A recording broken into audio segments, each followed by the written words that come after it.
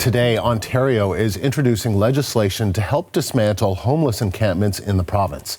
According to the Association of Municipalities, there were around 1,400 encampments in Ontario in 2023. It's a growing problem that many city officials have been concerned about, and some have been asking for Premier Doug Ford's help. He announced the proposed legislation today, and the CBC's Mark Harkisol was watching. So, Mark, tell us about this proposal. Andrew, even in Ontario's biggest city, Toronto, there's estimated to be about 1,000 people living in encampments. That's not all the homeless people, but speaking specifically about encampments.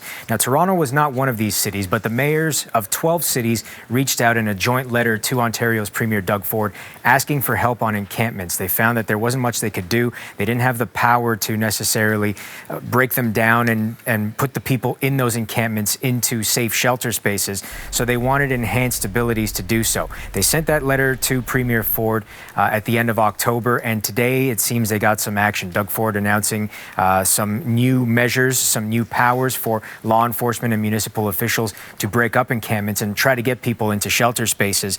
Among the things being discussed here, because it's only been tabled, hasn't been passed yet, is the idea of stricter penalties for illegal drug use in public spaces. So what the Premier of Ontario, Doug Ford, would like to do is allow police to lay fines of up to $10,000 and or 6 months in prison for anyone repeatedly using illegal drugs in parks and public spaces, using that as sort of a way to push people out of these public spaces and help get them out of these encampments, break down these encampments, maybe get them into shelters. In terms of shelter spaces, as we will hear from Premier Ford in just a couple seconds, they're spending additional money to help open up some spaces to get roofs over people's heads.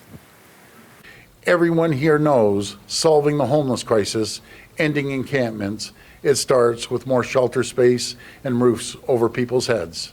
That's why we're investing $75.5 million to further support homelessness prevention and provide people living in encampments with access to alternative accommodation. This includes $50 million to create more long-term affordable housing units across the province and $20 million to expand shelter capacity and create additional temporary accommodation spaces like tiny modular units. Now, as I mentioned, that legislation was tabled at the provincial legislature today. It has not passed yet. It may not pass till sometime in March because this is the final sitting of the legislature in Ontario for the year. However, the province's housing minister says that money, that additional $75.5 million, will start flowing right away. So what are we hearing in terms of reaction to this? There's been a lot of reaction from advocates for the homeless, for people with addiction, certainly. They were worried about this to begin with because they were worried that Doug Ford would use the notwithstanding clause to essentially skirt around the Charter of Rights and Freedoms to allow municipalities to just pull people out of encampments and maybe put them in jail. And that still is a concern for them. But they are buoyed by the fact that that wasn't part of this, and they are happy to hear that there is some money for housing, although they say it's nowhere near enough. It's a pittance. It's a pittance. It is not enough for an entire province, let alone for one mid-sized municipality.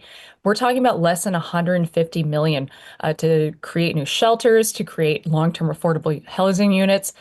There's nothing. There's nothing there that will substantially make any kind of difference. Diana Chan McNally is a well-known outreach worker in Toronto. She says that she is working with people looking through this legislation and recent legislation to close safe consumption sites as well. And depending on what they find, they may launch a legal challenge. She's also concerned, though, about the fact that it takes a while to build housing. And so she worries that if you're criminalizing drugs to such an extent and you're pushing people out of encampments, and there's not enough shelter space yet as we speak, where do they go from there in the meantime? She worries the answer is jail. All right, good questions. Okay, Mark, thank you. Thank you. The CBC's Mark Harkisol.